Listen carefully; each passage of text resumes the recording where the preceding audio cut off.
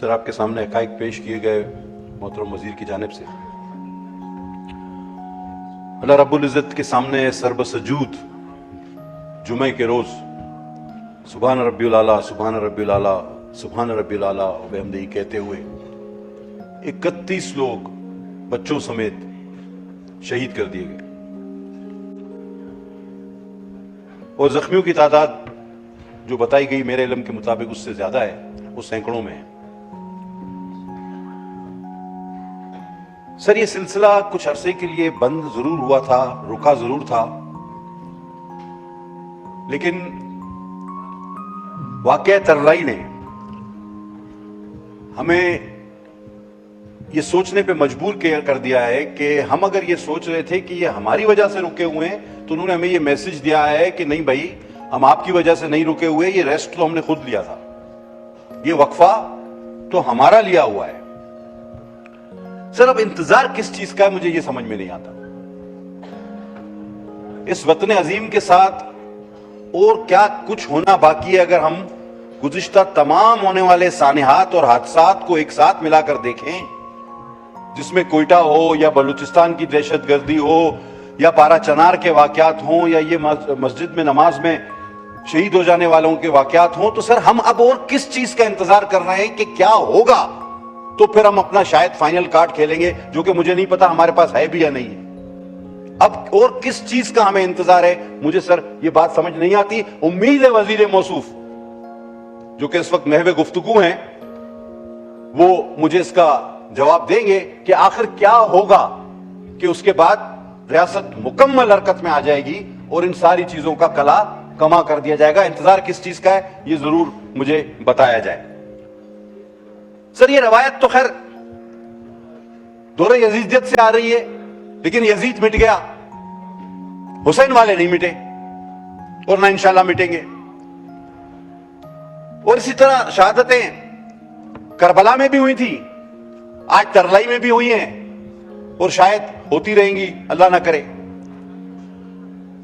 لیکن سر ملک جو ہے وہ یوں ہی ترقی نہیں کرتا۔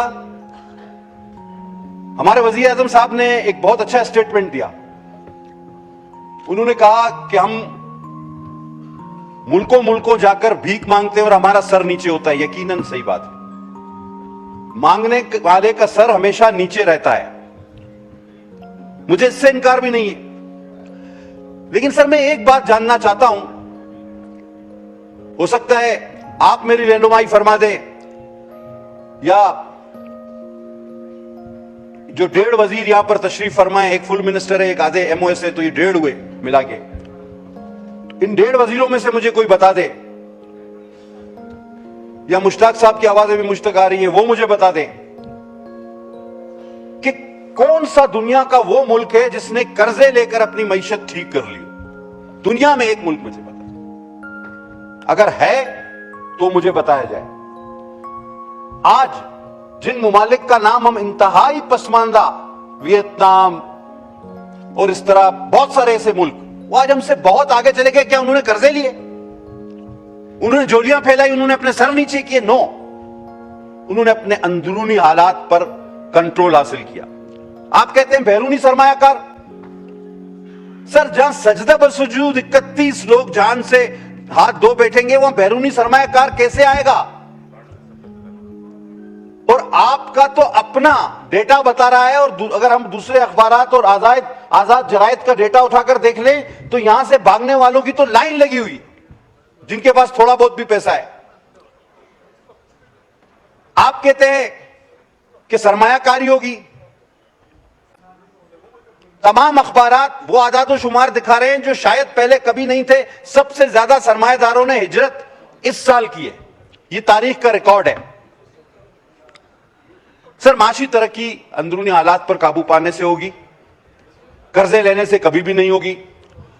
کیا اب وہ وقت آ نہیں گیا کہ ہمارا فوکس درست سمت کیا جائے؟ جن چیزوں میں ہم زیادہ توجہ دے رہے ہیں انہیں چھوڑ کر اپنے اندرونی سیکیورٹی کے معاملات کو دیکھا جائے۔ اب فرض کر لیں سر آپ ہی کی مہربانی ہوئی، میں نیکٹا کا ممبر، آپ نے مجھے نامزد کیا، میرے خیال میں آج 6-8 ماہ سے اوپر ہو گئے ہوں گے۔ کوئی آج تک اس کا, یہ سب سے بڑا ادارہ بنا تھا سر دہشت گردی کے خلاف انفارمیشن ایک جگہ کلیکٹ کرنے کا, آج تک سر جب سے آپ نے مجھے اس کا ممبر بنایا آج تک اس کا کوئی اجلاس ہی نہیں ہوا. میں نے, آپ دیکھیں کہ ہماری دلچسپی کتنی زیادہ ہے.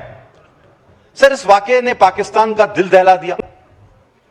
فوری طور پر صوبہ سندھ نے اس میں بہت بڑی پیش قدمی کی, اور ساری ہم نے وہ سرکاری تقریبات جس میں کوئی گانا بجانا یا کوئی خوشی کا اظہار تھا وہ سب کینسل کی. بلکہ سر میں آپ کو حلفیہ کہہ سکتا ہوں اس روز شادیوں میں بھی گانے بجانا نہیں ہوا. میں اس روز 2 شادیوں میں گیا تو انہوں نے کہا کہ جی ہم یہ شادیاں تو کیونکہ اب رکھ چکے تھے, لوگ جمع ہو گئے تھے, تو ادھر بھی کوئی گانا بجانا کراچی میں سے کسی نے نہیں کیا, اور سندھ نے اپنی ساری تقریبات منسوخ کر دی, اور بعد میں پھر اس کو فالو کرتے ہوئے پنجاب نے بھی جو یہ بسنت ہے اس کو 1 روز کے لیے شاید کینسل کیا. تو سر میرا صرف اور صرف آپ سے یہ التماس ہوگی کہ سر فوکس درست کرنے کی ضرورت ہے. ہمیں زیادہ کسی خواب خرگوش میں رہنے کی ضرورت نہیں.